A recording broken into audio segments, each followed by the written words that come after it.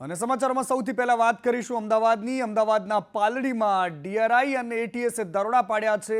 દરોડામાં 70 લાખથી વધારેની કિંમતનું સોનું ઝડપાયું છે. 95.5 કિલો સોનું મળ્યું છે. ગુજરાત એટીએસ અને ડીઆરઆઈએ આખું ઓપરેશન પાર પાડ્યું છે, જેમાં 70 લાખની કિંમતનું સોનું ઝડપાયું છે. આ સંયુક્ત ઓપરેશન હતું કે જેમાં સોનું આ શેર બજારના ઓપરેટરનું હોવાની શંકા છે. જો કે એટીએસ અને ડીઆરઆઈએ આ દરોડા પાડ્યા છે. ઘરમાં છુપાવેલું આ સોનું છે, જે અંગે બાતમી મળી હતી ને ત્યારબાદ શેરબજાર ઓપરેટરે આ પોતાનું સોનું હોવાની વાત સામે આવી. બાતમી મળીને ત્યારબાદ બંને એજન્સીઓ કામમાં લાગી છે.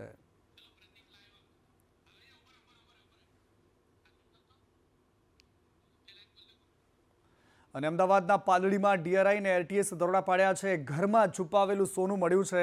લાખોની કિંમતનું સોનું એક બંધ ઘરમાં રાખવામાં આવ્યું. વકીલને બોલાવવામાં આવ્યો અને ત્યારબાદ એ બંધ ઘરના દરવાજા ખોલવામાં આવ્યા. આસપાસના લોકોમાં ભારે કુતૂહલ, કારણ કે બે એજન્સીના લોકો અહીંયા શું કરી રહ્યા હશે એક પ્રશ્ન સાથે બાતમી મળી અને બાતમી બાદ સોનું શેરબજારના ઓપરેટર હોવાની વાત સામે આવી. ડીઆરઆઈ અહીંયા દરોડા પાડ્યા, એટીએસ પણ સાથે હતી. 70 લાખ રૂપિયાનું સોનું ઝડપાયું છે. મારા સહયોગી પ્રતિક જાદવ ત્યાં ઘટના સ્થળ પર છે અને આ દ્રશ્યો તમે ત્યાંથી જોઈ રહ્યા છો એ પાલડીના દ્રશ્યો છે કે જ્યાં એક બંધ મકાનમાં સોનું છુપાવવામાં આવ્યું હતું. પ્રતિક મારી સાથે જોડાયા છે. પ્રતિક, શું વિગત છે વધારાની?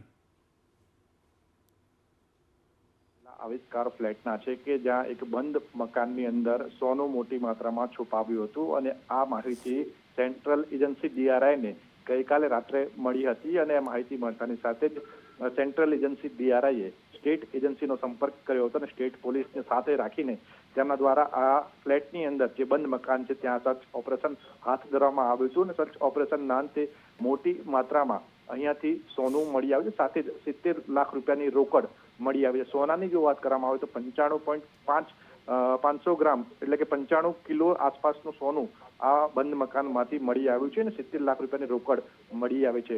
જે સોનું હતું તે જ્વેલરી તેમજ બિસ્કિટ ના ફોર્મમાં હતું, એટલે મોટી માત્રામાં સોનું આ મકાનની અંદર છુપાવવામાં આવ્યું હતું. ડીઆરઆઈની જે માહિતી હતી તે માહિતી અનુસાર શેર બજારના એક બ્રોકર દ્વારા જે રૂપિયા કમાવામાં આવ્યા હતા તે રૂપિયાને જ્વેલરીમાં ટ્રાન્સફર કરવામાં આવ્યા હતા અને એ રૂપિયા આ ફ્લેટની અંદર તેમને છુપાવ્યા હોવાની માહિતી મળી હતી. જેના આધારે ગુજરાત એટીએસની ટીમ પણ આ સર્ચ ઓપરેશનમાં તેમની સાથે જોડાઈ હતી. જેના તપાસના અંતે અત્યાર સુધીમાં 95.5 કિલો સોનું તેમજ 70 લાખ રૂપિયાની રોકડ મળી આવી છે. હજુ પણ ડીઆરઆઈના અધિકારીઓ છે તે તપાસ કરી રહ્યા છે. રોકડ એટલી મોટી માત્રામાં હતી કે રોકડને ગણવા માટે મશીન મંગાવવા પડ્યા, તેમજ સોનું જે છે તેને તોલવા માટે પણ અહીંયા તોલમાં મંગાવવામાં આવ્યા હતા. હાલ પણ બંને એજન્સીઓના અધિકારીઓ છે તે બંધ મકાનમાં તપાસ કરી રહ્યા છે. સાથે હજુ સુધી કોનું સોનું હતું એ નામ સામે નથી આવ્યું, જેને લઈને ડીઆરઆઈના અધિકારીઓ છે તે દિશામાં પણ આગળ તપાસ કરી રહ્યા છે. પ્રતિક, 70 લાખ રોકડ મળ્યા છે અને એની સાથે 95 કિલો સોનું મળ્યું છે, એ વાત કન્ફર્મ છે? બિલકુલ મનીષ, આ વાત કન્ફર્મ છે. એટીએસ દ્વારા જ આ વાતની પુષ્ટિ કરવામાં આવી છે કે આ બંધ મકાનમાંથી 95.5 કિલો બંધ મકાન કોનું છે પ્રતિક? એમના માલિકનું નામ કઈ ખબર પડી છે?